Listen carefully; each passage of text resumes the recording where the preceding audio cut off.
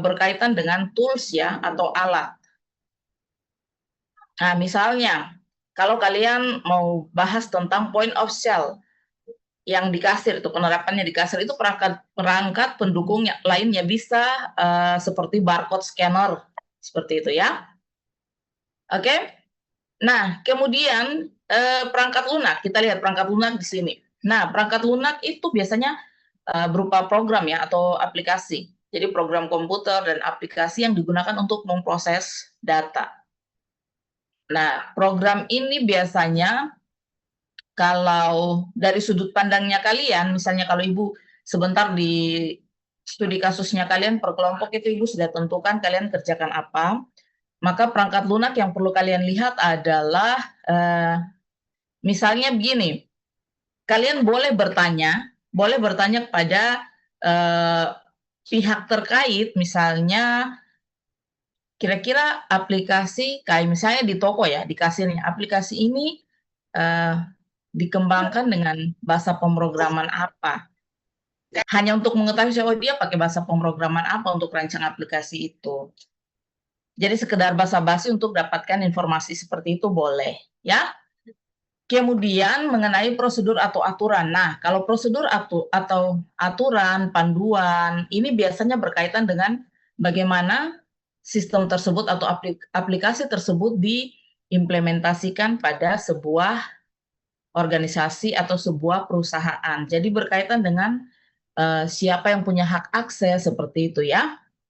Jadi misalnya sebagai manajernya dia punya hak akses terhadap informasi apa saja, atau sebagai operator dia punya hak akses untuk mengelola data apa saja. Itu biasanya ada prosedur ya. Karena berkaitan dengan cara penggunaan sistem. Yang terakhir ini adalah jaringan komunikasi. Nah, ini biasanya berkaitan dengan arsitektur jaringan. Oke. Arsitektur jaringan ini menunjukkan bagaimana aplikasi itu diakses. Misalnya, kalau dalam siakap, ya jaringan komunikasinya seperti apa? Di mana letak komputer servernya? Kemudian bagaimana caranya komunikasi data dari server ke setiap bidang, ya. Misalnya kalau komputer servernya ada di rektorat, bagaimana caranya komunikasi data atau data dari rektorat, informasi dari rektorat diturunkan ke atau bisa diakses oleh masing-masing fakultas. Nah, itu seperti itu jaringan komunikasi. Tetapi kalian perhatikan untuk hari ini ya yang kalian perlu persiapkan untuk dipresentasikan minggu depan adalah ini. Satu, manusianya termasuk data ya. Kemarin kita sudah coba membuat untuk data, jadi kalian perlu buat lagi untuk data, kemudian manusianya siapa saja, penggunanya, lalu perangkat kerasnya apa saja, dan perangkat lunak. Sedangkan untuk prosedur dan jaringan komunikasi akan kita bahas setelah ada tambahan case study, seperti itu. Oke, kita lihat yang berikutnya. Jadi masing-masing kelompok tolong dicatat ya yang Ibu minta tadi. Yang Ibu minta tadi untuk kalian bahas adalah ini tadi ya, manusianya, data, perangkat keras, dan perangkat lunak. Oke, next kita lihat. Ya, jadi ini sejarah perkembangan sistem informasinya. Jadi kalau kalian bicara tentang sistem pemrosesan transaksi itu dari awal-awal perkembangan sistem informasi sudah ada, ya. Jadi ada pengambilan keputusan, kemudian sistem informasi eksekutif, sistem informasi manajemen, dan segala macam. Itu perkembangannya selalu ada. Nah, kita lihat lagi.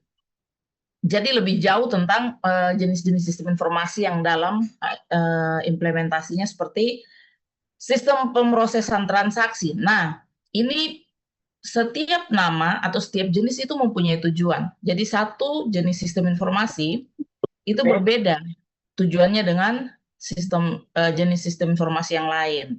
Kalian perhatikan di sini. Jadi nanti di tugasnya kalian tuh kalian pilih. Kalian mau ulas sistem informasi yang jenis mana? Kayak misalnya sistem pemrosesan transaksi, berarti kalian harus tahu tujuan dari pemrosesan transaksi ini untuk apa. Beda. Nah, kalau sistem informasi dalam jenis sistem pemrosesan transaksi, itu tujuannya adalah untuk mengotomatisasi dan mencatat transaksi bisnis yang rutin, seperti pemesanan, ya, pemesanan pelanggan, kemudian faktur, pembayaran, juga biasanya berkaitan dengan inventaris seperti itu. Nah, contohnya sistem point of sale di toko ya, di retail itu. Kemudian kalau misalnya kalian ingin membahas tentang sistem informasi manajemen, berarti tujuannya adalah menyediakan laporan dan Venia, ada yang mau ditanyakan?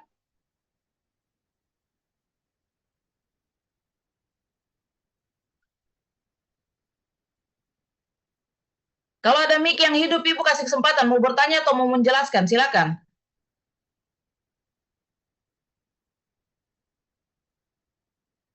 Oke, tolong ya kerjasamanya, kita waktunya cuma singkat. Oke, perhatikan, kalau sistem informasi manajemen berarti dia tujuannya adalah menyediakan laporan dan ringkasan. Dari apa? Dari misalnya dari sistem pemrosesan transaksi. Tujuannya adalah untuk membantu manajemen, pihak manajemen dalam hal ini manajer, untuk membuat keputusan. Ya, jadi contohnya, salah satu contoh SIM adalah laporan penjualan bulanan atau kinerja karyawan. Ya, jenis yang berikut adalah jenis sistem pendukung keputusan atau decision support system. Ini biasanya tujuannya adalah untuk jadi alat analisis dan model interaktif untuk membantu manajer memecahkan masalah yang tidak terstruktur. Ya, dari masalah yang tidak terstruktur, manajer ini dibantu dengan adanya informasi untuk membuat keputusan yang lebih baik. Misalnya ya, contohnya adalah simulasi dampak perubahan harga produk. Jadi kalau ada perubahan harga produk, kira-kira keputusan terbaik untuk tetap mempertahankan bisnis seperti apa. Itu contoh-contohnya. Kemudian kita lihat lagi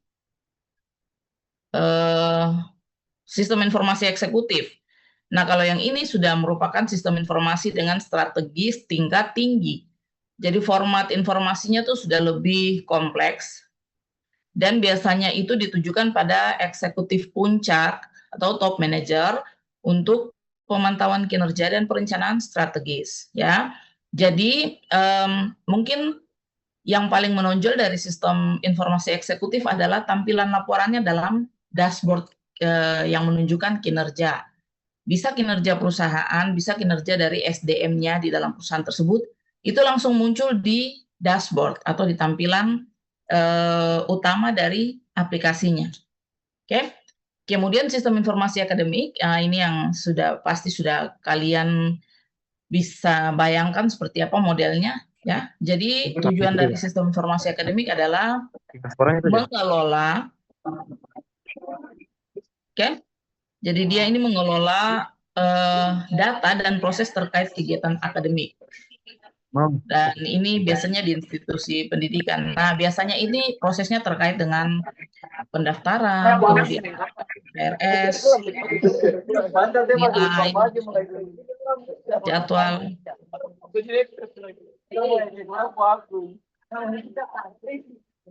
Akunnya siapa yang berisik lagi nih?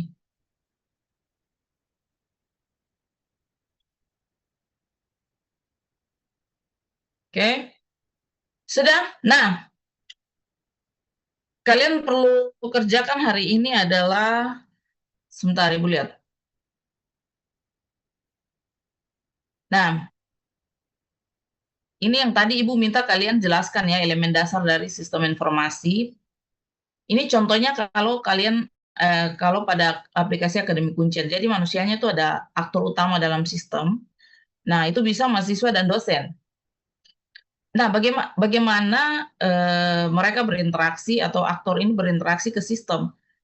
Sebagai dosen, ya, dosen itu dia menginput nilai, verifikasi data akademik, kemudian sebagai staf dia bertugas untuk mengurus data jadwal, keuangan dan segala macam. Ada beda ya. Jadi kita sebagai apa, hak akses kita tentu berbeda pada sistem yang ada. Oke. Jadi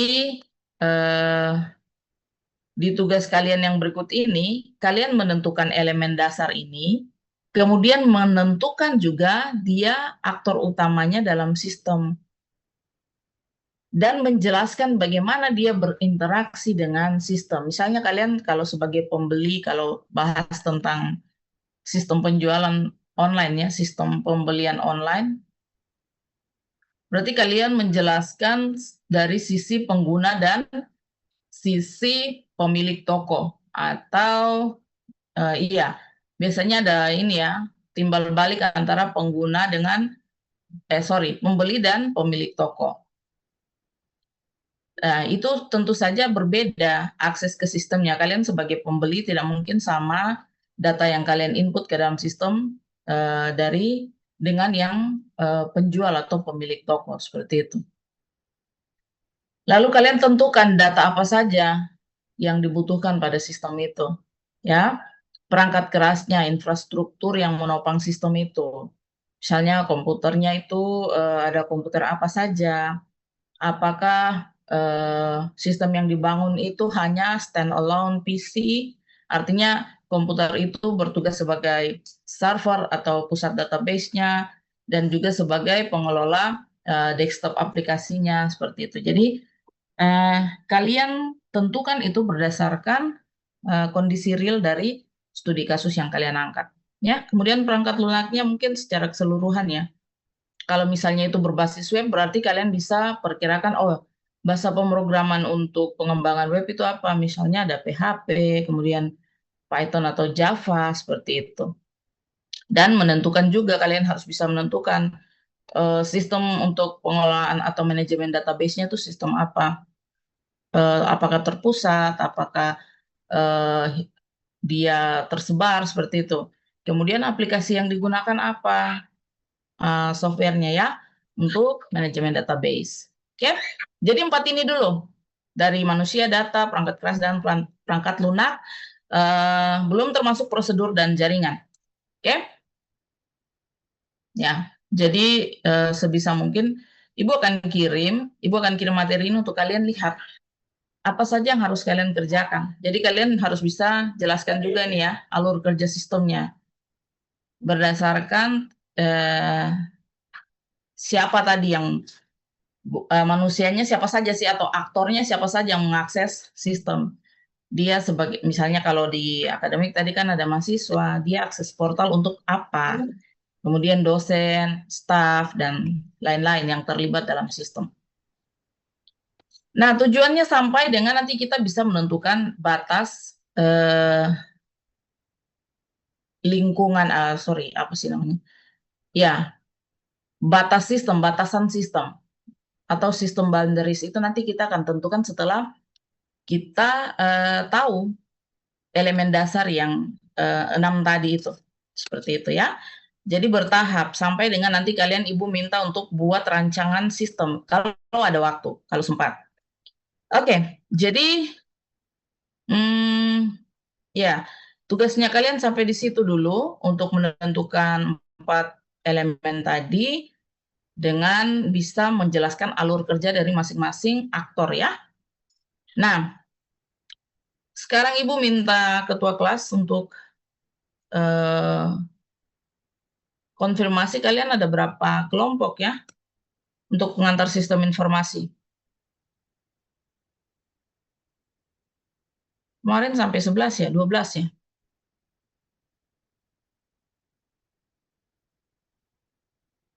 Ada ketua kelas?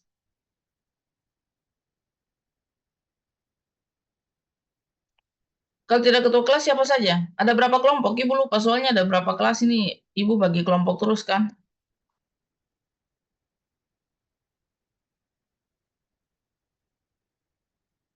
Silakan konfirmasi. Silakan dijawab.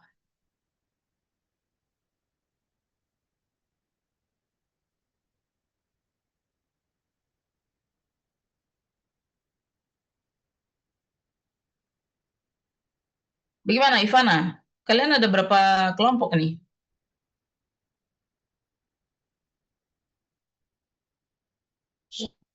10 ya?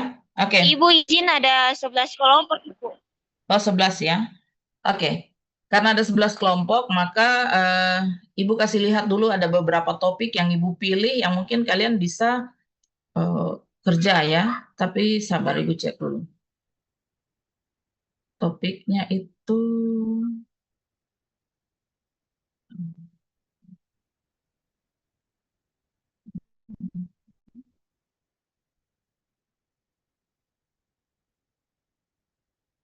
sebentar. Ibu cek dulu ya. Tadi Ibu sepertinya sudah mulai buat rancangan aplikasinya. Oh, bukan rancangan aplikasi. Template-nya. Sebentar. Gimana nih? Hmm,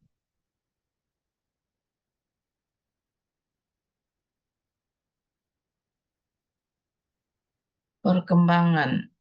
Hmm, hmm, hmm. Aku sampaikan tadi. Kalau misalnya di point of sale berarti ada barcode scanner. Kalau dia pembayarannya dengan scan barcode seperti itu. Kalau tidak berarti ya pakai mekanisme yang lain tentunya ya. Kemudian softwarenya itu berbasis web atau desktop kalian tentukan. Kalau berbasis web, nah ini yang tadi Ibu minta. Kalian boleh kok tanya informasinya kalau misalnya mereka tahu. Kalau tidak juga tidak apa-apa. Untuk berbasis web nih pakai apa ya? Pengembangan aplikasi di eh, tempat tersebut pakai apa ya? Kemudian data yang dikelola itu data apa saja? Seperti itu ya. Jadi SDM ini berkaitan dengan orang tadi ya. SDM-nya tuh tahu kalian boleh pakai kata aktor. Selain SDM ini boleh pakai kata aktor. Aktornya tuh ada kasir, admin toko, kemudian teknisi mungkin. Ya, seperti itu. Jadi nggak cuma empat. Hardware, software, data, dan aktornya atau manusianya. Itu kalau untuk sistem informasi transaksi. Jadi, karena ada 10 kelompok, ini ada 5 judul. Berarti kelompok satu, 2, kelompok satu dan 2 itu kalian bahas sistem informasi transaksi. Ini terlepas dari apa yang sudah dikerjakan minggu lalu. Oke?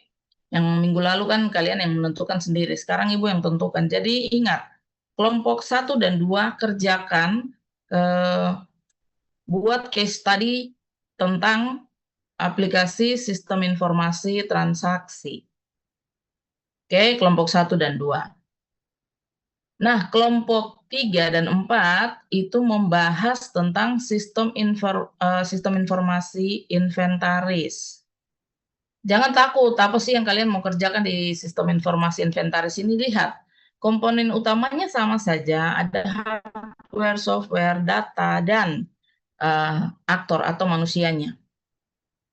Ya, hanya tentu saja berbeda ya. Setiap jenis sistem informasi itu dia punya tujuan yang berbeda sehingga mempengaruhi komponen utama. Seperti itu. Ini untuk kelompok 3 dan 4. Ya. Kemudian ini yang berkaitan dengan sistem informasi rekam medis ya. Jadi penerapan sistem informasi dalam dunia kesehatan.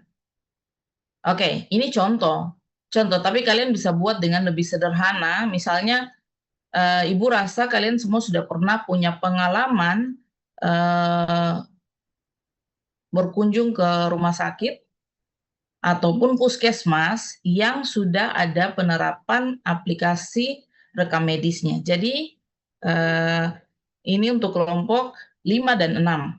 Oke, sistem informasi rekam medis. Sama, tentukan komponen seperti tadi. Lalu 5 dan 6 ya. Ini kelompok 7 dan 8 itu membahas tentang sistem informasi administrasi. Nah, kalau sistem informasi administrasi ini ada banyak ya.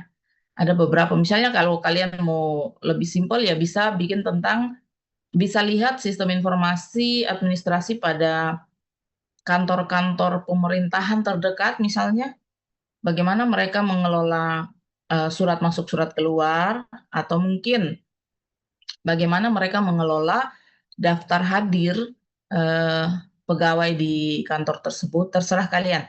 Yang jelas ini berkaitan dengan sistem informasi administrasi yang tujuannya tentu berbeda dengan sistem informasi transaksi misalnya. Jadi itu sama, kalian tentukan juga hardware, software, data, dan SDM-nya. Ini untuk kelompok 7 dan 8. Oke. Nah, kita lihat ini sama sedikit ada kemiripan dengan sistem informasi administrasi, tapi dia lebih spesifik ke sistem informasi pendataan penduduk. Nah, ini lebih ke e-government-nya. Jadi mendukung ke e-government. Jadi ini untuk kelompok 9 dan 10. Oke. Jadi kelompok 9 dan 10 membahas tentang sistem informasi pendataan penduduk. Kalian tentukan elemen dasarnya, lalu jangan lupa, seperti yang tadi Ibu sampaikan, alurnya. Alur sistem dari aktornya. Aktornya ini menggunakan sistem atau berinteraksi dengan sistem, itu alur kerjanya seperti apa. Itu kalian gambarkan, kalian deskripsikan, bukan gambarkan. Kalian deskripsikan per masing-masing aktor berdasarkan studi kasus masing-masing. Oke, jadi seperti itu yang Ibu bisa sampaikan. Nah, sekarang boleh diaktifkan mic-nya. Ada yang mau bertanya? Nomor 12. Untuk Bagaimana? Kelompok 11. Oh, ada 11 kelompok. Tadi Ibu lihatnya di sini cuma 10 soalnya. 11 ya. Oke, kelompok 11 masuk di yang sistem informasi rekam medis tadi.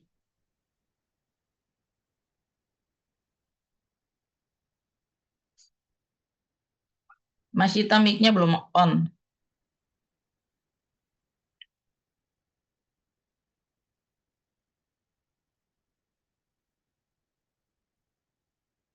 Ya, jadi kelompok 11 dia gabung dengan 7 dan 8 ya untuk rekam medis ya. Sistem informasi rekam medis. Jadi jangan pikir yang susah-susah, jangan pikir outputnya seperti apa. Kalian fokus dulu ke menentukan elemen utama tadi. Jadi manusianya, kemudian hardware-nya apa, software-nya apa, lalu data yang dikelola dalam sistem itu apa saja. Itu saja dulu ya. ya Ibu. Oke, baiklah kalau begitu. Nah, untuk daftar hadir akan Ibu kirim juga formnya, jadi linknya nanti Ibu akan tutup seperti biasa. Ibu sudah tentukan waktu untuk pengisian form daftar hadir. Setelah itu, kalian boleh pulang atau kalian boleh diskusi dulu hari ini untuk kerja hari apa. Kalian mau ketemu untuk kerjakan kasus ini, studi kasusnya hari apa, kalian tentukan, kemudian disiapkan untuk presentasi minggu depan. Oke? Jadi minggu depan setiap kelompok sudah harus presentasi. Dong isi duduk sih, dong istilah dong kayak duduk sini baru tiba-tiba dong kira dong apa? Oke, ya. Jadi sambil kalian diskusi, Ibu akan kirim link untuk kalian isi daftar hadir. Dari Ibu itu saja. Terima kasih banyak ya untuk waktunya. Nanti kita akan jumpa minggu depan buat presentasi. Selamat siang, Ibu tutup meetingnya. Terima kasih. Terima kasih.